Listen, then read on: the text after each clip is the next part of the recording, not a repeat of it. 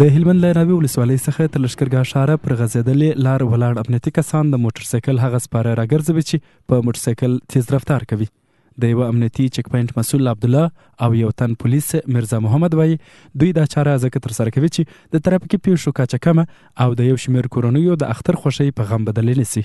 نو موږ دا چک پوینټ په دغه اچولی د دغه دپاره دا چک پوینټ مو دلته درولی دی چې دا یو شمېر ځوانان چې دي خپل دغه سره ډېر د ځوانۍ سره احتیاط نه کوي په دې چې داسې دی چې داسې راځغلی دلته ټکرونه دي. دا تقریبا د اختر د ورځې څخه چې دغه امبولانسونه دي روان دي تر دا اوسه پسې چې ورسې دلته ټکر سوی دی.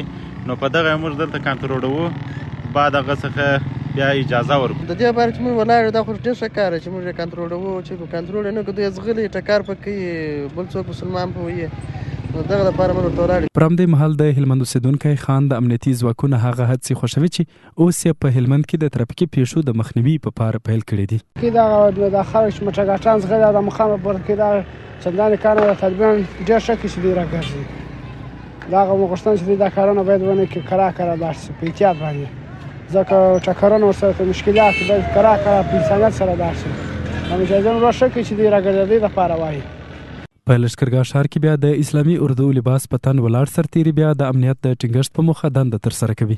د دغو سرتیرو له جملې ضیاءالدین نوري وایي دوی د خپل هیوادوالو د ښه ساتنې په موخه 24 ساعته دنده ترسره کوي. زه ضیاءالدین نوري د 215 اعظم قلی اردو د اولی بدري لیوه منصوبین یو.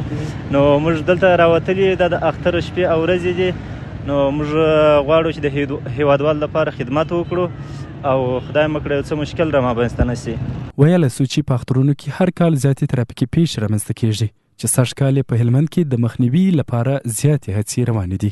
نعمت الله همت د افغانستان ملي راډیو هلمند.